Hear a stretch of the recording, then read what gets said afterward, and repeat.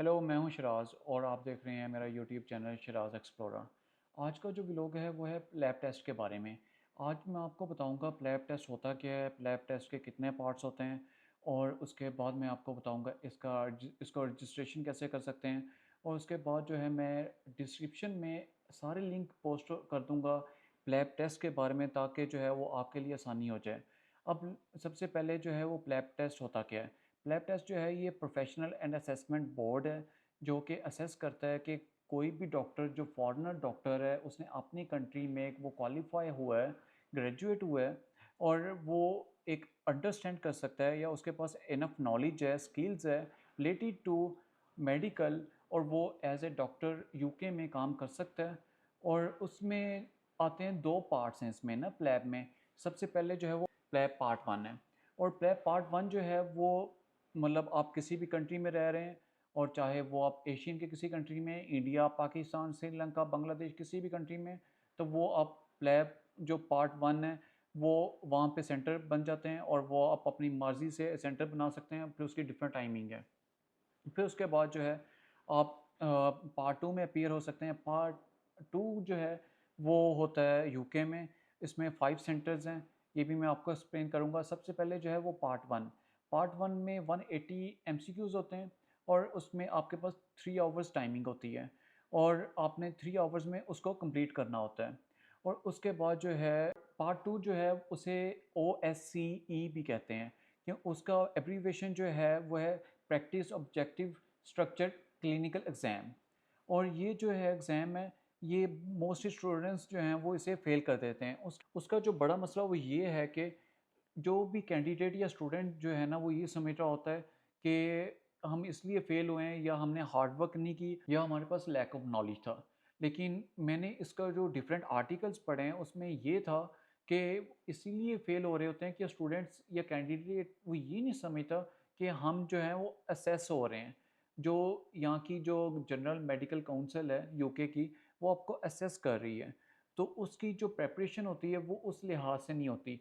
इसका जो general medical council ने ना एक आर्टिकल लिखा हुआ है, वो भी ना मैं लिंक में पेस्ट कर दूंगा, ताकि वो आप एक दफ़ा उसे रीड कीजिएगा और आपके लिए एक मज़ीद आसानी हो जाएगी ये प्लैब के बारे में। और उसके बाद जो है इसकी जो पासिंग रेशियो है वो आ रही है, टोटल जो आ रही है, जो जीएमसी ने जनरल मेडिकल काउंसिल ने बताई है, वो ये बताई है कि जो मेंस की है वो आ रही है 72%, और रेस्ट ऑफ द जो परसेंटेज आ रही है वो वुमेंस की आ रही है।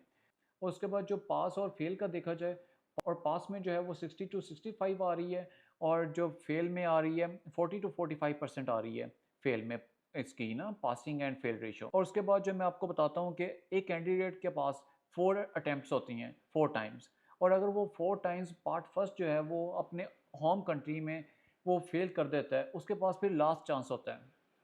अगर लास्ट चांस उसने पास कर लिया, देन ही और she will appear in the second part. Otherwise वो जो है वो दोबारा टेस्ट नहीं दे सकेंगे। फिर उसके बाद जो है आता है, अगर आपने पार्ट फर्स्ट क्लियर कर लिया है, फिर आपके पास आता है पार्ट टू, जिसे OSCE भी कहते हैं। और पार्ट टू जो होता है उसके लिए आपने लॉगिन अकाउंट क्रिएट करना होता है। इसका भी जो लिंक है मैं पेस्ट कर दूंगा डिस्क्रिप्शन में, वो भी आप वहाँ से देख सकते हैं। और वो आप क्रिएट करके रजिस्ट्रेशन प्रोसेस अपना सारा कंप्लीट करके आपके पास आपको वीज़ा इशू होता है। वो मैक्स होता है 15 डेज़ और 20 डेज़। और उसके बाद जो है वो आप यहाँ पे पीयर होते हैं। उसमें ना यहाँ पे 5 सेंटर्स हैं जिनमें से आपने कोई एक चूज़ करना होता है। इंग्लैंड में है 3 है, और एक स्कॉटलैंड में, और एक है नॉर्दर्न आयरलैंड में। आयरलैंड में बेलफास्ट है, और स्कॉटलैंड में एडिनब्रा है, वो स्कॉटलैंड का कैपिटल है। इंग्लैंड में 3 है, लंदन, मैनचेस्टर एंड कार्डिफ। आप तीनों में से अगर लंदन में करना है तो तीनों में से कोई एक कर सकते हैं। फिर उसके बाद जो है अगर आप क्लियर कर लेते हैं, उसमें आपको 5 ईयर की रेजिडेंसी मिल जाती है। फिर उसके बाद जैसे वो कंप्लीट होने लगते हैं, फिर आपको 2 साल की इंडेफिनेट मिल जाता है। टोटल हो गया 7 ईयर। 7 ईयर के बाद आप एलिजिबल होते हैं पासपोर्ट, ब्रिटिश पासपोर्ट लेने के लिए। अब ब्रिटिश पासपोर्ट लेने के लिए आपको life in the UK test देना पड़ता है। वो उसमें भी एमसीक्यूज़ होते हैं और हिस्टोरिकल यूके के बारे में पूछा जाता है, और वो आप बताते हैं। उसकी हार्डली जो है वो 1 months preparation more than enough है। फिर उसके बाद जो है आपको ब्रिटिश पासपोर्ट मिल जाता है। और अदरवाइज़ आप इंडेफिनेट पे भी सारे ब्रिटिश राइट्स जो हैं वो आप यूज़ कर सकते हैं। अगर आप life in the UK test नहीं भी देते तब भी आप जो है वो सारे राइट्स यूज़ कर सकते हैं ब्रिटिश के। और उसके बाद जो है मैं आपको बताता हूँ, अनफॉर्चुनेटली आपसे टेस्ट पास नहीं होता और आप फेल हो जाते हैं, देन जो है वो आपके पास 5 डेज़ और 10 डेज़ का टाइम होता है। फिर जो है आपको कंट्री लीव करना होता है, फिर आपको अपने होम कंट्री वापस जाना होता है। और आपको मैं अकॉर्डिंग टू द जीएमसी ये भी बताऊं कि जो सबसे ज़्यादा जो पास रेशियो है वो श्रीलंका की है, और उसके बाद जो है वो साउथ अफ्रीका की है, सबसे ज़्यादा पास रेशियो जो है। और अगर जो है मैं मुस्लिम कंट्रीज़ में आपको बताता चलूँ, जो कैंडिडेट है जो पास कर रहे हैं ज़्यादा, उनकी जो रेशियो है वो है 52% है।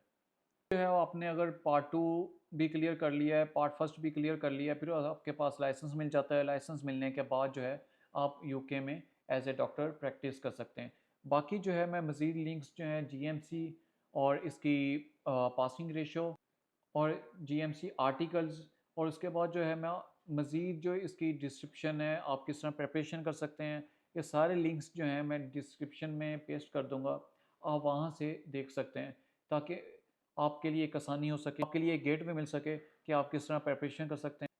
ऑल द जो मैं डिस्क्रिप्शन है वो इसमें मैं पेस्ट कर दूंगा, ठीक है, वो आपके लिए आसानी हो जाएगी। बाकी जो है मैं इसमें ओआईटी और आइट्स से रिलेटेड भी मैं इंफॉर्मेशन पेस्ट कर दूंगा, वो भी आपके लिए एक आसानी हो जाएगी। वो भी आप डिस्क्रिप्शन में जाके लिंक को ओपन कीजिएगा तो वो ओपन हो जाएगा, और वहाँ से आपको सारी इन्फॉर्मेशन मिल जाएगी। Thank you, good luck for your exam, and thanks for watching me. Stay tuned for my another video, and please subscribe my YouTube channel and press the bell icon. Thank you.